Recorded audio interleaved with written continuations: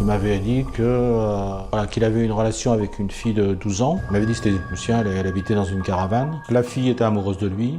Et lui n'était pas amoureux d'elle. Alors je ne sais pas si ça avait eu des rapports ou pas, je ne me souviens plus. Et elle avait un chagrin d'amour parce qu'il n'était pas amoureux d'elle, elle avait voulu se suicider. Et il était arrivé dans la caravane, il l'avait trouvée comme ça, à moitié avachie, parce qu'elle avait pris des comprimés ou autre chose. Et il avait un peu paniqué, il avait perdu ses moyens, il a eu peur qu'on l'accuse et tout ça, et donc il l'avait enterrée. Or, la véritable histoire, en fait...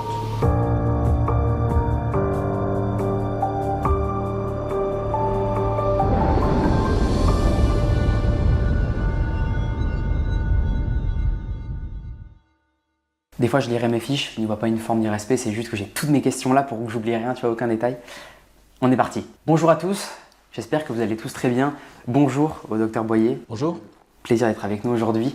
Merci d'avoir accepté cette interview. Elle va être incroyable, je l'attendais depuis longtemps. Vous êtes psychiatre et psychothérapeute, actuellement retraité, mais non sans activité. Comme vous allez nous le présenter, vous êtes aujourd'hui auteur d'un ouvrage qui se présente sous forme de bande dessinée, qui propose une thérapie que vous avez théorisée vous-même. Par profession, en 40 ans de carrière, vous avez croisé le chemin de personnes atteintes de pathologies graves, voire dangereuses. Pour certaines, vous avez accepté de venir nous raconter votre parcours, les événements et affaires les plus incroyables et effrayantes de votre carrière. Tout d'abord, revenons aux origines. Comment est venu l'intérêt que vous portez au psychisme humain, à sa santé, son équilibre et donc son étude? Lorsque j'ai pris connaissance de votre question, là, j'ai essayé de revenir en arrière et je me suis souvenu que quand j'étais en terminale au lycée, je me demandais pourquoi j'arrivais pas à résoudre les problèmes de maths tout de suite. Pourquoi il y a toujours un temps de latence où je tournais en rond devant le problème, je sais pas trop ce qui se passait dans ma tête. Et après, j'avais décidé de m'attaquer à ce problème-là. Donc, j'allais directement à la solution. La solution me donnait les étapes. Et j'essayais de voir, par rapport à chaque étape, pourquoi j'avais un blocage pour accéder à telle étape ou à telle autre étape. En fait, c'était une préfiguration du refoulement psychanalytique, alors que je connaissais pas du tout la psychanalyse. Enfin, tout ça pour dire que j'aimais beaucoup les maths et la physique. Je voulais faire des maths et la physique à l'origine. Et comme toute ma famille faisait des maths et la physique, j'ai eu envie de changer, au dernier moment, j'ai pas obliqué vers les maths et la physique, mais j'ai obliqué donc vers la médecine. Comme j'étais plutôt bon pour les matières scientifiques, les 2 premières années, ça allait tout seul. Et puis après, quand j'ai commencé à faire de la médecine, thérapeute à la 3e année, j'ai un peu commencé à m'ennuyer parce que ça me correspondait pas, c'était pas ma tournure d'esprit. Moi, ce que j'aimais, c'était la réflexion, c'était les spéculations. Et parallèlement, quand j'étais en 3e année de médecine, j'ai commencé une psychothérapie parce que j'avais du mal à vivre J'étais relativement associable, j'avais du mal à vivre en société. Et en même temps, donc, ça m'a orienté vers la psychiatrie. C'est pour ça que j'ai pris l'orientation vers la psychiatrie en 6e année et qui m'a tenu quand même la tête hors de l'eau parce que quand même, j'aimais pas beaucoup la médecine et j'aurais pas été un très bon médecin somaticien. Voilà. Il s'agit d'un métier hyper éprouvant, surtout sur le plan émotionnel. Est-ce que vous avez déjà eu l'envie d'abandonner ou de changer carrément de pratique? Non, jamais. Jamais? Oui, c'est éprouvant. Enfin, on s'y fait quand même. Hein. Comme je le dis toujours, il faut rester zen parce qu'il faut pouvoir passer, par exemple, d'un rapport de force avec un patient en chambre d'isolement à aller s'occuper d'un vieillard tout de suite après qui ne veut plus manger. Donc vous passez d'un truc, d'une situation très tendue à une situation avec une certaine douceur. Et si entre-temps vous avez encore en tête le rapport de force parce que vous n'êtes pas satisfait, vous regrettez ce que vous avez fait, etc., vous serez plus vigilant, vous ne serez pas assez vigilant pour ensuite vous pencher sur le cas de la personne qui ne veut plus manger. Donc il faut rester quand même, il ne faut pas être trop ébranlé émotionnellement. Selon vous, quelles qualités et compétences faut-il posséder ou acquérir pour travailler avec des personnes en souffrance psychique? Je pense qu'il faut avoir de l'humilité. Voilà, parce qu'en fait, il y a différentes façons de travailler, différentes écoles de pensée. Et il ne faut pas imaginer qu'on représente la seule approche en psychothérapie ou en psychiatrie. Après, il faut beaucoup de tolérance, parce que le discours des patients, souvent, est pas facile forcément à supporter, les choses ne sont pas faciles à supporter, donc il faut avoir effectivement de la tolérance. Puis si on n'a pas cette tolérance, on perd ses moyens, puis on fait les choses de travers, on fait des bêtises. Donc, et puis il faut aimer ça. Il faut aimer les gens. Il faut aimer les gens, oui, oui, tout à fait. Il faut aimer les gens et il faut aimer essayer de comprendre ce qui se passe dans leur tête. Tous les médecins, par exemple, n'ont pas envie de comprendre ce qui se passe dans la tête des gens, quoi. Quels sont les profils particuliers les plus dangereux que on peut rencontrer dans les services comme ça en psychiatrie? Je dirais que les gens les plus dangereux en psychiatrie, je sais pas, tout le monde n'est peut-être pas d'accord avec ça. Enfin, moi, c'est mon. Moi, je veux votre ressenti et votre avis sur ça. Voilà. Il y a plusieurs catégories. Voilà. Dans le côté passage à l'acte, tout casser, par exemple, je crois que les psychopathes sont les plus. Voilà, ils piquent des colères, ils supportent pas l'opposition, ils supportent pas les restrictions. Donc ils sont tout prêts effectivement à se battre, voilà, à casser des choses et à se battre. Après, dans le côté personne qui fait des plans, qui fait des trucs, tout ça, je pense que c'est plutôt les paranoïaques.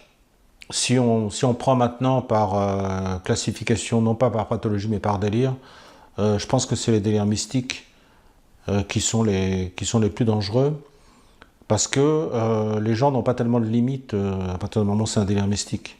Ils sont dans la toute-puissance, ils sont appelés à faire quelque chose, et quels que soient les obstacles qu'ils vont rencontrer, ils vont quand même essayer de le faire. Alors, ils sont dangereux pour les autres et pour eux-mêmes, bien sûr. Hein. Donc c'est de la schizophrénie, ça? Non? Alors, ça peut être la schizophrénie, ou ça peut aussi appartenir à la paranoïa, ça peut appartenir à d'autres formes de délire. C'est le thème du délire, et les thèmes du délire, en fait, ils sont transversaux. Ils peuvent appartenir à plusieurs personnalités différentes. Ils sont dangereux pour les autres et pour eux-mêmes. D'ailleurs, lorsqu'on parle de danger en psychiatrie, je crois qu'on en parle autant pour les autres que pour les patients lui-même. Ils risquent de se mutiler, de se suicider, des choses comme ça, quoi. D'accord. Ah. Vous avez parlé du coup psychopathe. Vous avez déjà fait face à un psychopathe devant vous qui a voulu vous agresser ou pas? Oui, j'ai déjà fait face à des psychopathes, bien sûr, c'est assez courant. Je commençais, c'était mon premier stage j'avais fait un placement d'1 mois, mais après c'était mon premier stage en psychiatrie. J'étais faisant en fonction d'interne, j'étais jeune, j'avais 22 ou 23 ans. J'étais pas très habitué à gérer la violence des personnes. Et puis j'étais impressionnable plus facilement. Et donc c'était un type... J'avais le sentiment à l'époque qu'il m'avait pris en grippe. Et donc, par exemple, je donnais un cours aux infirmiers, il est entré dans la salle de classe, très menaçant. Bien sûr, les élèves infirmiers étaient terrorisés. Bon, et moi, je ne savais pas trop quoi faire, en fait, pour gérer ça. Après, il est ressorti. Et puis, un jour où j'étais de garde, il a appelé qu'il allait venir à l'hôpital avec une vache. Toutes les demi-heures, il appelait pour dire qu'il allait venir avec une vache. Et effectivement, il est venu avec une vache. Et il y avait un comité d'accueil, heureusement, pour l'accueillir. Et on a pratiquement été obligé, il était tellement dangereux de l'anesthésier, tellement il était dangereux. Et c'était un type très effrayant, c'était un type patibulaire avec des croisés, avec... je crois que c'est la seule expérience. Tout à l'heure on disait, est-ce que... Enfin, vous me demandiez, est-ce qu'à un moment donné, j'ai eu envie d'arrêter? Là, ça a été... Là, je me suis dit, ouais. Dis donc, pour faire la psychiatrie, il faut faire un sport de combat. C'est bizarre, enfin, c'était un hôpital très, très, très, très violent, beaucoup plus violent que tout ce que j'ai connu ailleurs. Voilà. Je me suis dit, à partir de ce moment-là, il faut faire un sport de combat, c'est pas possible. On passait notre temps à être appelé pour des appels d'urgence, où il fallait arriver à 10 internes pour essayer de contenir quelqu'un. Mais après, quand j'ai changé d'hôpital, je me suis aperçu que c'était unique. Les autres hôpitaux n'étaient pas comme ça. Après, quand j'étais jeune, j'ai eu quelques périodes de peur encore. Comme lesquelles périodes de peur? Où j'étais impressionné par les patients qui me menaçaient, qui faisaient du chantage, tout ça. Bon, puis après, avec l'âge, on n'est plus du tout impressionné. C'est-à-dire on prend des mesures tout de suite. Radicales. Pour que le type s'arrête tout de suite. On va pas s'engager avec lui dans un rapport de force, dans une négociation, dans des trucs qui sont impossibles. Voilà, on négocie pas avec quelqu'un qui veut impressionner. Voilà. Donc c'est un peu des péchés de jeunesse, je dirais, oui. J'ai travaillé, j'ai fait des remplacements dans des endroits qui sont un peu carcéraux. Voilà. Et où effectivement, les patients n'était pas forcément hyper bien traité, oui. Mais c'est rare. C'est rare. En fait, en général, les patients sont quand même à peu près bien traités. C'est beaucoup un rapport de force, hein. C'est-à-dire si on a un nombre suffisant d'infirmiers pour effectivement contrôler les choses se passent bien en général et les gens n'ont pas besoin de s'énerver, de paniquer, voilà. C'est souvent comme ça, ouais. Dans les prisons, vous avez affaire à des personnes à la fois malades et condamnées par la justice. Est-ce qu'il y a des profils de criminels qui vous ont particulièrement glacé le sang? Oui. Ce qu'il faut dire d'abord, c'est que quand on va voir quelqu'un en prison, pour une expertise par exemple, on n'a pas accès au dossier. On n'a pas accès à ce que la personne a fait. Donc c'est ce que la personne nous raconte qui nous oriente un petit peu vers le type de personnalité. Voilà. Alors des fois les gens ils disent la vérité, puis des fois ils racontent autre chose. Et donc, lorsqu'on est psychiatre consultant, par contre là on a un peu plus facilement accès au dossier, mais on n'a pas accès au dossier complet. Voilà, c'est un peu une habitude de la prison. Ils séparent le médical du judiciaire. Et il y a quand même un type que j'avais vu en prison, c'était une longue peine. Et j'avais demandé pourquoi il était en prison, et il m'avait répondu. Et il m'avait répondu une histoire qui tenait pas tellement debout. Il m'avait dit qu'il avait une relation avec une fille de 12 ans. Il m'avait dit que c'était monsieur, elle habitait dans une caravane. Et donc, la fille était amoureuse de lui, et lui n'était pas amoureux d'elle. Alors je ne sais pas si ça avait eu des rapports ou pas, je ne me souviens plus. Comme elle avait un chagrin d'amour parce qu'il n'était pas amoureux d'elle, elle a voulu se suicider. Et il était arrivé dans la caravane, il l'avait trouvée comme ça, à moitié avachie, parce qu'elle avait pris des comprimés ou autre chose. Voilà. Et il avait un peu paniqué, il avait perdu ses moyens, et il a eu peur qu'on l'accuse et tout ça. Et donc il l'avait enterrée. Mais il m'avait dit qu'elle était morte. Ouais. Or, la véritable histoire, en fait, c'est que c'est pas ça, c'est que en fait, je crois que la véritable histoire, c'est qu'en fait, il l'avait forcée et puis avoir des rapports sexuels et après, il s'était débattu, puis finalement, il l'avait enterrée, elle n'était pas morte. Voilà, il faisait des travaux, c'était un entrepreneur. Je sais pas, c'est quand même. C'est particulier. C'est la seule fois, je crois, où j'ai été vraiment éprouvé et où j'y ai pensé le soir et j'ai même dû faire un cauchemar, je crois, par rapport à ça. Donc cet homme vous raconte ça. Alors, j'ai peut-être connu d'autres types qui avaient fait des choses monstrueuses, hein, mais je n'étais pas au courant. Voilà, je n'étais pas au courant de leur histoire. Lui, il m'a raconté ça. Et il avait quel âge, ce monsieur? Alors, il avait 35 ans, et j'ai pas pu me retenir de lui dire, mais quand même, ouais, il s'est vexé parce que j'ai pas pu me retenir. Ça me semblait tellement absurde ce qu'il me racontait. J'ai pas pu me retenir de lui dire, mais vous imaginez quand même pas qu'une fille de 2 ans va être amoureuse de quelqu'un comme vous. Et du coup, il s'est vexé. Et il a fait quoi? Oh, il a rien fait. Il s'est rengorgé, quoi. Il a rien fait. J'ai vu qu'il avait mal accepté donc ma réflexion. Mais si vous voulez, ça m'avait semblé tellement humiliant par rapport à cette gamine que effectivement j'ai réagi comme ça, quoi. Bah, vous avez des enfants. J'imagine que vous êtes mis à la place d'un père qui ont fait ça à sa fille. C'est particulièrement glaçant, effectivement. Ouais. Ouais. J'aimerais poser une question qui n'est pas du tout dans mes notes. Quand vous êtes face à une personne comme ça qui est en prison, qui a fait des choses horribles, vous êtes séparés par quelque chose? Comment ça se passe en fait? Non, Non, on n'est pas séparés. On est tout seul avec la personne. En général, ça se passe bien.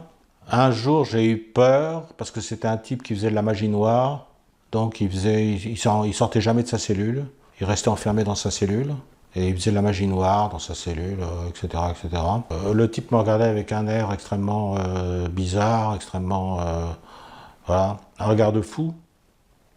En général, je ne suis pas trop sensible au regard de fou, c'est-à-dire je dis aux gens, écoutez, arrêtez de me regarder comme ça, vous me faites peur, de manière un petit peu légère, comme ça, pour dédramatiser. Mais là, il me regardait vraiment fixement, et j'ai eu peur qu'effectivement, il me saute dessus. Donc j'étais obligé d'écourter l'entretien. Mais en général, non, ça se passe plutôt bien.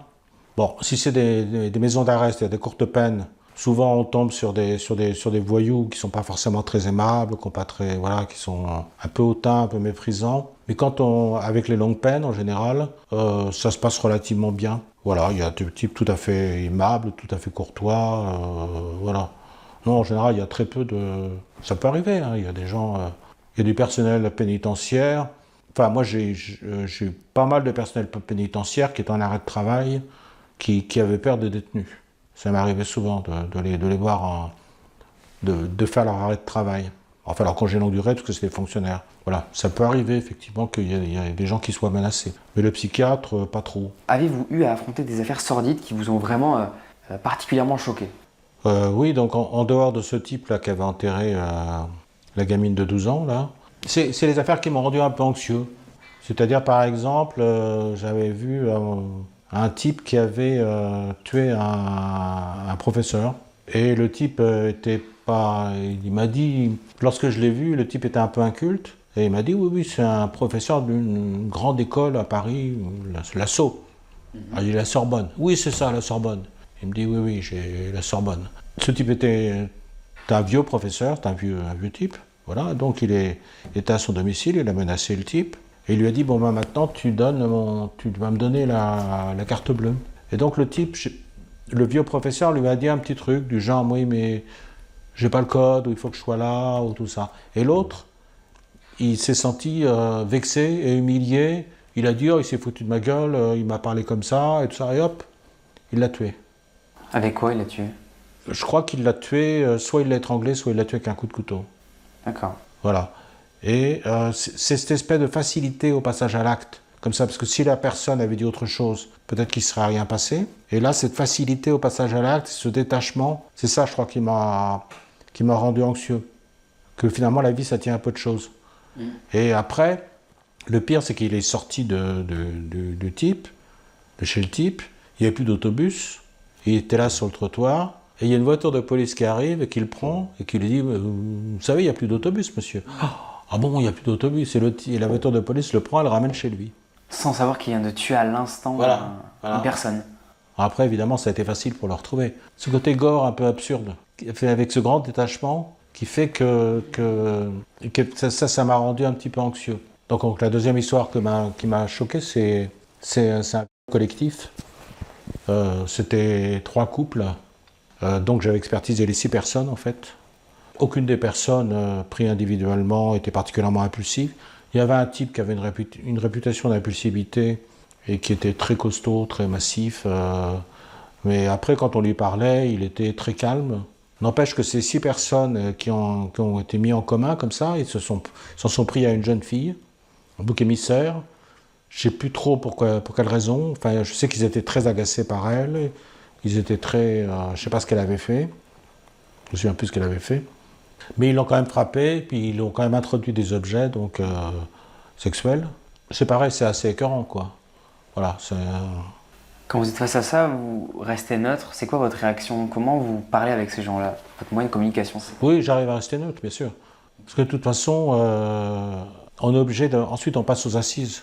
Et quand on passe aux assises, il faut rendre quand même un rapport assez neutre. Il ne faut pas prendre position, il ne faut pas être outré, ni choqué, ni machin. Sinon, d'emblée, on est attaqué par les avocats. Oui, ok.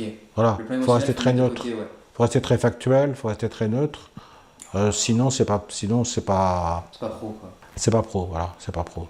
Et ça peut aussi être dans le désavantage de la victime, en fait. Et de la famille, surtout de la victime. Voilà, il faut rester... on n'est pas choqué par quelque chose, quoi. Quand on rend un rapport, on rapporte les faits, et puis c'est tout, quoi. Puis après, l'analyse de la psychologie des acteurs, mais c'est tout ce qu'on fait, quoi. Est-ce qu'il y a une fois où en prison, tu vas avoir quelque chose d'invraisemblable, voilà, qui va te bouleverser? Alors, c'était pas en prison, c'était commissariat de police. Ah non, si, c'était ici. L'histoire, c'était dans un centre de traitement pour les détenus.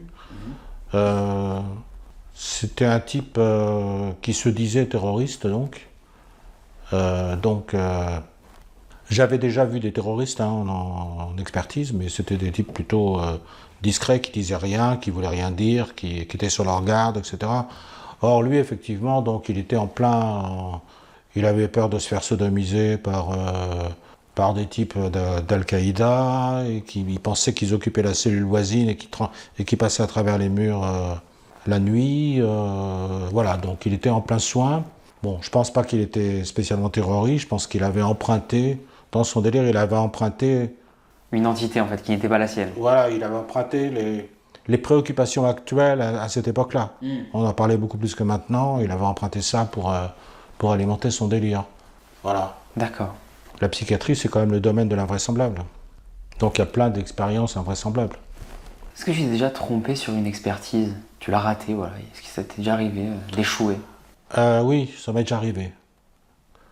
C'est-à-dire, j'avais vu un type qui était... enfin, voilà.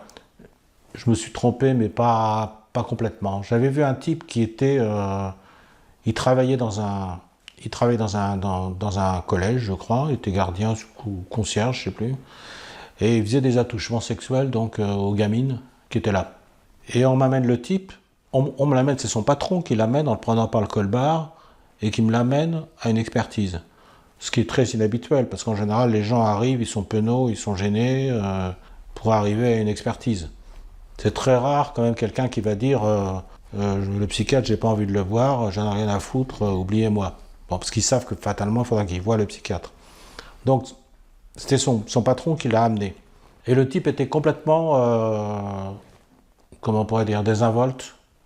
Il disait, oh, ça c'est des conneries, tout ça, on s'est amusé comme ça, ouais, il était complètement désinvolte.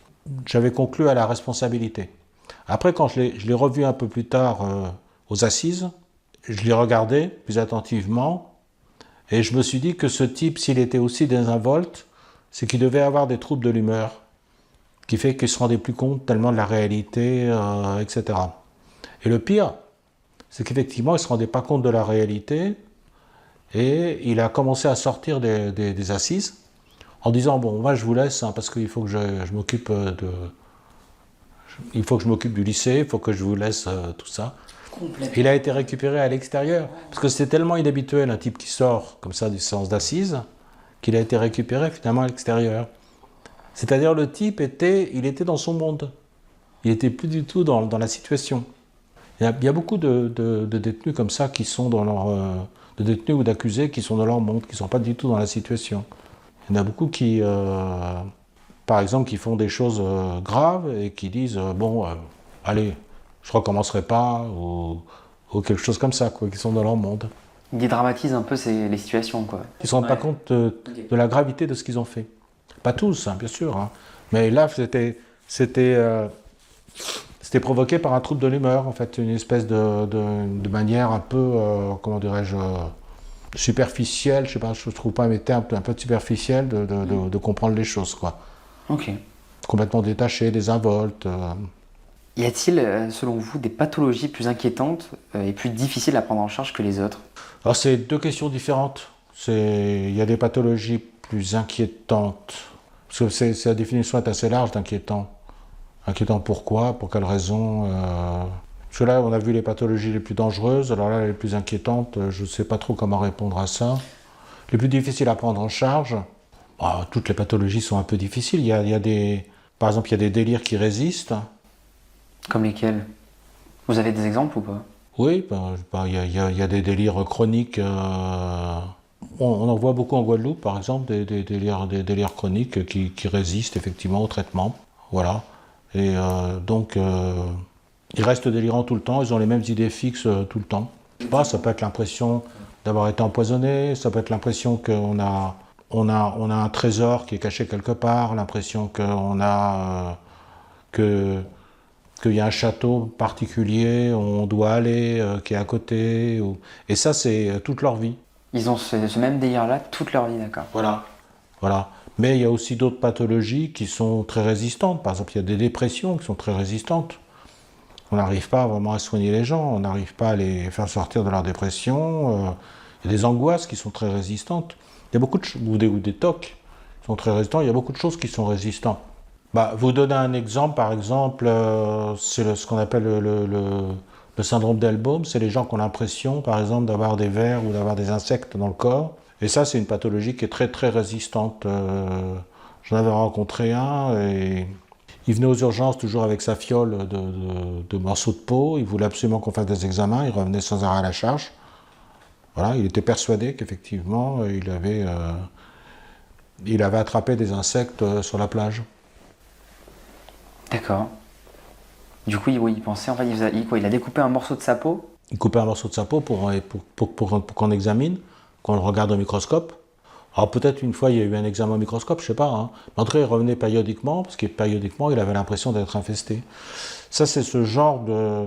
C'est pas le seul délire qui est résistant, hein. Il y en a plein qui sont résistants. Ça fait partie, ça peut faire partie comme exemple de quelque chose de résistant. Et vous avez essayé de soigner ce monsieur ou pas?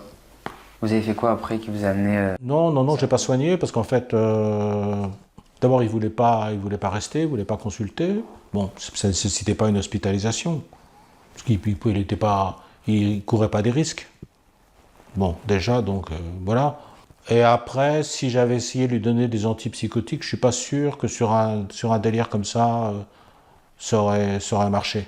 C'était un délire qui était trop construit, permanent, et tout ça, les neuroleptiques ou les antipsychotiques, ça marche pas bien, ça endort les gens, mais ça les soigne pas. Donc en fait, cette personne l'avait condamné à vie à avoir ces sensations-là, quoi. Alors condamné à vie, peut-être que ça peut diminuer tout seul à un moment donné, qu'elle peut changer de préoccupation, hein, c'est possible aussi. Hein. Mais il y a des gens, enfin j'ai connu des gens qui avaient les mêmes préoccupations délirantes pendant au minimum 20 ans. On les avait toujours connus comme ça, avec les mêmes préoccupations, et ça ne bougera pas. Une personne non porteuse de pathologie peut-elle, pour vous, en arriver à commettre des crimes? Non porteuse d'une pathologie psychiatrique proprement dite, quelles sont les pathologies qui poussent à faire un crime? Quelqu'un qui a des hallucinations, quelqu'un qui a une arriération mentale, parce qu'il n'est pas capable de distinguer le bien du mal, ou quelqu'un qui a une démence, effectivement, qui est plus capable de discerner ce qu'il faut faire et ce qu'il ne faut pas faire.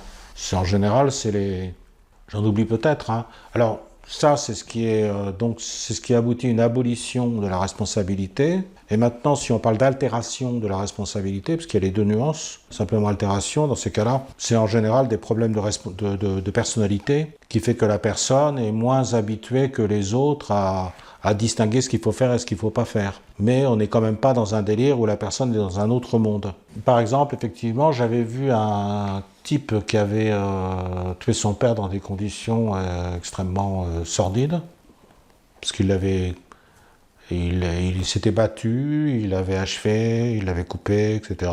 J'ai un peu de mal à tout rapporter sur ces trucs-là. Je me souviens bien que le commissaire de police l'avait amené et il était malade, le commissaire de police. Il m'avait dit, je suis quand même à 2 ans de la retraite, ça me tombe dessus. Il était vraiment très affecté par cette histoire. Et donc il s'était débarrassé de son père, comme ça. Et le type, quand je discutais avec lui, il avait l'air normal. Enfin, donc il s'était débarrassé de son père, encore une fois, il l'avait cramé, etc. Et donc mais par contre, il aimait bien ses chiens, donc il avait pris la précaution d'aller placer ses chiens au chenil, et il s'était constitué prisonnier. Mais il était dans son monde quand même, il pensait que c'était pas grave. Et alors là, c'est là où on voit qu'il était dans une idéologie, un peu purificatrice. Parce qu'il trouvait que son père se laissait trop aller. Il trouvait que son père, par exemple, il nettoyait pas la grille de l'évier. Oui, d'accord. Et qu'il laissait des choses comme ça. Et il supportait pas les gens qui se laissent aller. Il a tué son père pour ça. Voilà, il s'est battu avec son père et puis après il a effectivement achevé. Et là c'était marrant parce que je l'avais vu auparavant, plusieurs années avant, pour une petite chose. Il avait volé du mobilier de jardin et il me souvient, il avait les cheveux très courts avec une grande natte. Et j'avais mis dans mon expertise qu'il avait une allure un peu marginale. Oh là là, qu'est-ce que j'avais pas dit, parce qu'il a horreur des marginaux. Et dès qu'il m'a vu, alors que vraiment, il était arrêté pour le meurtre de son père, c'est pas de la rigolade. Dès qu'il m'a vu, il m'a dit « Mais ouais, vous vous rendez pas compte, l'autre fois vous avez fait une expertise, vous avez dit que j'étais marginal, j'ai horreur des marginaux, j'ai horreur des gens qui se laissent aller, etc. » Je discute avec lui, je trouve aucun trouble du cours de la pensée fluide, aucune hallucination, aucun délire, je trouve rien. Je vais pas inventer des choses que je trouve pas. Effectivement, l'acte est fou. Mais le type lui-même présentait aucun symptôme de folie manifeste. Donc je l'envoie en prison. Je fais mon expertise, le procureur l'envoie en prison. Après, je reçois un coup de téléphone en colère du psychiatre de la prison qui dit « Mais tu te rends pas compte, tu m'as envoyé quelqu'un comme ça qui a fait ça, tout ça. » Alors qu'est-ce qui s'est passé en prison? Je sais plus, peut-être qu'il a un peu débloqué quand il arrive en prison, mais il faut dire que tout le monde l'attendait en prison pour lui casser la gueule. Donc c'était quand même c'était la jungle. Enfin, par rapport à ce qu'il avait fait, c'était sûr qu'il serait mal reçu. D'ailleurs, est-ce que ces pathologies-là, est-ce qu'elles peuvent être héréditaires? Héréditaire? Héréditaires, voilà, ou génétiques, quoi. Il y a toujours...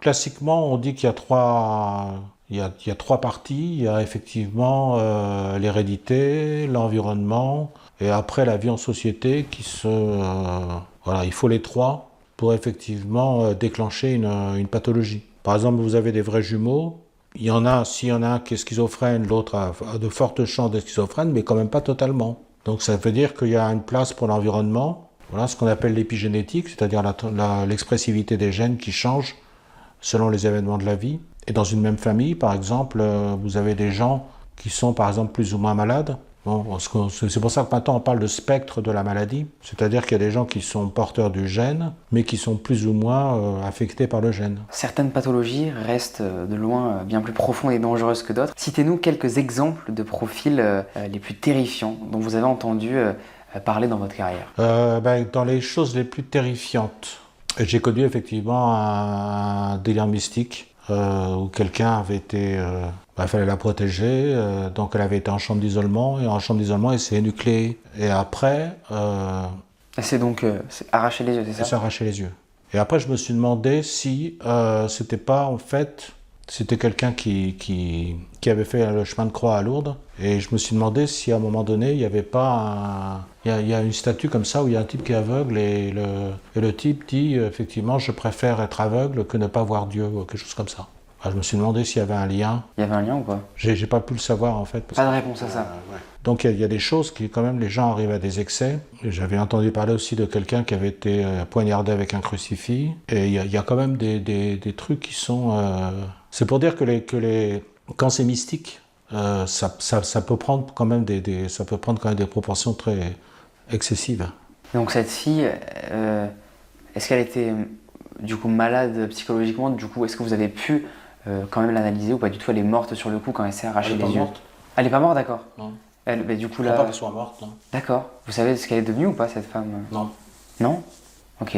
Oui, il y avait un groupe aussi de SDF qui était polonais. Donc je les ai tous vus avec un traducteur polonais, du polonais au français. Et ils avaient massacré un autre SDF.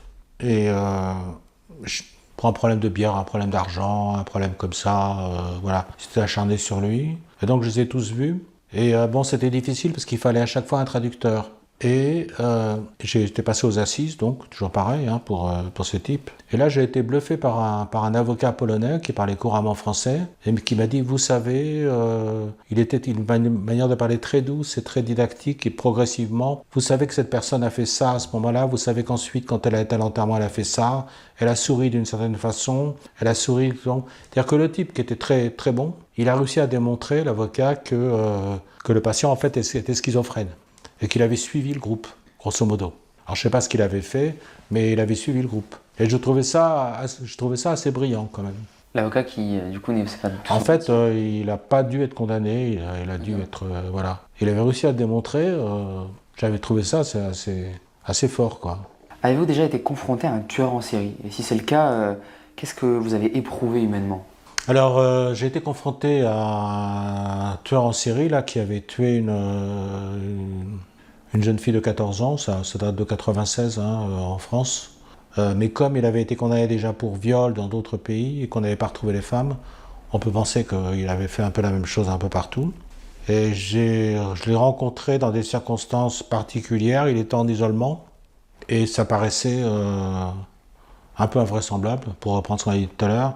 C'est-à-dire qu'il pleurait, il disait personne ne m'aime. Alors on le laissait en isolement parce qu'il ne pouvait pas être avec les autres détenus, sinon il serait arrivé à un malheur. Se faire tuer, ouais. Voilà. Donc il était comme ça, il pleurait comme un enfant, personne ne m'aime. Il s'était du coup installé lui en tant que victime en fait plutôt. Ce qui est très fréquent, c'est-à-dire qu'il y a beaucoup de gens qui font des passages à l'acte et puis qui après Se victimise. jouent les victimes. Soit c'est pour se rassurer eux-mêmes, soit c'est pour avoir la bienveillance de l'entourage, je ne sais pas trop, mais c'est assez fréquent ça, oui. Face à des profils potentiellement dangereux, vous est-il arrivé d'avoir peur pour vous et votre famille? Ouais, ça m'est arrivé d'avoir peur une fois, parce qu'en fait c'était un type... C'était très bizarre, parce que c'était un type que j'avais pratiquement pas vu. Je l'ai vu peut-être 2-3 fois, et je ne l'avais pas vu dans un contexte conflictuel. Du genre, moi je veux sortir, oui, mais moi je veux pas que vous sortiez, ou un truc comme ça. C'était pas engueulé ni rien, voilà. Et c'est là où c'est étrange le délire, c'est qu'il voit arriver quelqu'un, même sans parler avec lui, et puis les patients délirants, ils l'inscrivent ils l'inscrivent dans leur délire, ils l'inscrivent dans leur roman délirant. Donc il m'avait inscrit dans son roman délirant, alors que j'ai eu très peu de contact avec lui. Et c'était quelqu'un donc qui avait tué un gardien de foyer, et il avait tiré la carabine dessus, je crois. Et donc après il avait été calme, après une fois qu'il était hospitalisé, il a dû être calme pendant 10 ans. Au bout de 10 ans il sort. Moi, bon, je ne savais pas qu'il était sorti parce que je n'étais plus dans ce service-là. Et donc, un jour, je reçois des Bibles. Par la poste. Par la poste, ouais. Je reçois des Bibles griffonnées avec des signes sataniques, tout ça. Je reçois des cercueils et je me dis, merde, d'où ça vient tout ça voilà. Et après, j'ai réussi à reconstituer le truc et j'ai réussi à voir que c'était lui donc, qui les envoyait. Et donc heureusement, donc, j'ai réussi à ce qu'il soit appréhendé par l'infirmerie psychiatrique à Paris, parce qu'il était à Paris à ce moment-là. Voilà, pour effectivement, pour que ça stoppe, quoi. Vous en avez parlé ça à votre famille ou pas? Bah, j'en ai pas parlé à l'époque parce que mes enfants étaient en bas âge. Ah oui, d'accord. Donc oui, Voilà. c'était le sujet. Ouais, bah, j'étais un peu inquiet, quoi, parce que je me demandais ce qu'ils pouvaient faire, voilà. Encore une fois, c'est toujours un peu dans les trucs un peu mystiques comme ça qu'on... On a le plus peur, ouais. Ouais, parce que bon... Ça paraît incontrôlable. Si on passe pour le diable, par exemple, si on passe pour une quelconque force satanique, bah à ce moment-là, bon, on est un peu menacé, quoi. Si on... Par des rituels ou par des... Et ça arrive, hein. Ça arrive que des gens, on les voit une fois et on est inscrit dans quelque chose comme si c'était le personnage qui manquait qui arrivait. Beaucoup de personnes consomment des histoires criminelles, que ce soit sur YouTube, à la télé. Est-ce que vous pensez que ça a un côté, enfin que ces personnes-là ont un côté déviant à consommer de telles histoires sordides? Ou est-ce normal pour un spectateur lambda d'apprécier ce genre d'émission? Comme moi le premier, hein, je suis le premier à consommer ça. Hein. Et j'ai du mal à répondre parce que moi je suis pas du tout intéressé par les histoires sordides. D'accord, ok. Alors je sais pas, est-ce que c'est mon métier qui fait que... Bon, peut-être ça. Vous en avez tellement possible. vu que C'est vous possible. êtes finalement habitué à ça, ou ça vous fait peut-être plus rien, ou vous êtes pas du tout attiré par ça. Ça m'intéresse pas du tout. Et comment vous expliquez que du coup des personnes comme moi, comme mes abonnés, sont fascinés par le sordide? Est-ce que c'est mal? Est-ce que... Je sais pas, je peux pas porter de jugement moral là-dessus, hein, j'avoue que... Je sais pas quoi répondre parce que je porte pas de jugement moral et moi je peux même pas me comparer à moi parce que moi lorsque je regarde par exemple des trucs sur YouTube, machin qui a tué sa femme, machin l'amant, machin tout ça, ça m'intéresse pas du tout, quoi. Bon, c'est peut-être aussi parce que j'en ai tellement vu que j'arrive un peu à saturation, quoi, de ce genre de choses, quoi. Et maintenant, vous êtes donc retraité, d'une part, mais continuez d'autre part à pratiquer une activité puisque vous avez publié votre ouvrage « Réparer sa vie » que je vous mettrai du coup en description, voilà, si vous voulez le commander ou quoi, parce qu'on peut le commander sur Amazon, si je dis pas de bêtises. Voilà, donc je vous mettrai en description si vous voulez voilà, lire cet ouvrage « Réparer sa vie » du docteur Boyer. Vous avez publié ça en 2024, cette année. Est-ce que vous pouvez nous présenter cet ouvrage en quelques phrases? C'est un ouvrage qui est bâti sur la responsabilité. Et l'idée de la responsabilité, c'est quand même quelque chose qui me trotte dans la tête depuis une quinzaine d'années à peu près. Depuis que je me suis aperçu que se plaindre, ça ne servait pas à grand-chose pour les soins, qu'il fallait amener le patient peu à peu à se rendre responsable, non pas de ce qui lui arrive, mais de sa réaction à ce qui lui arrive. Voilà, ça c'est très important. C'est une idée que j'ai depuis longtemps.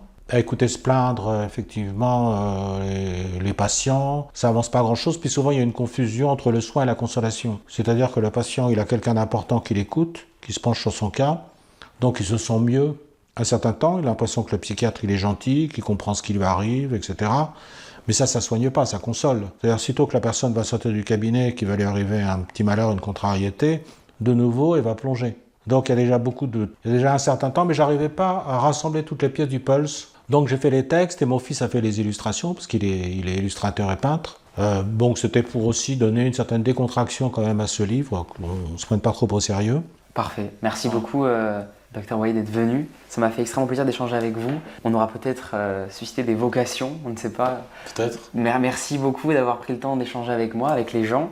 Merci beaucoup à toutes les personnes d'avoir écouté ce podcast et cette vidéo, parce que oui, évidemment, cette vidéo est disponible en format podcast sur Spotify.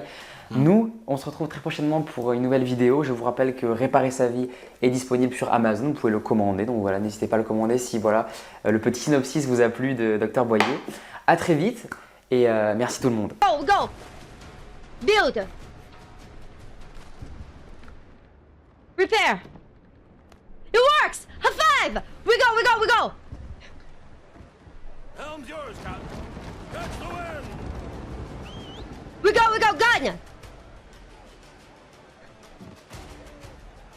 Nice, I can't believe this worked.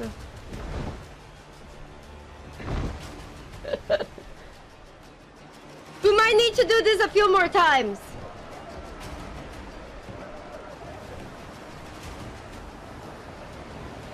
It's okay. It's okay. Damn it. It's okay. Shoot them! Nice, that was a good shot. We go. We'll make a wide turn. That was much better for us than it was for them. Hold on, let's go in a long turn.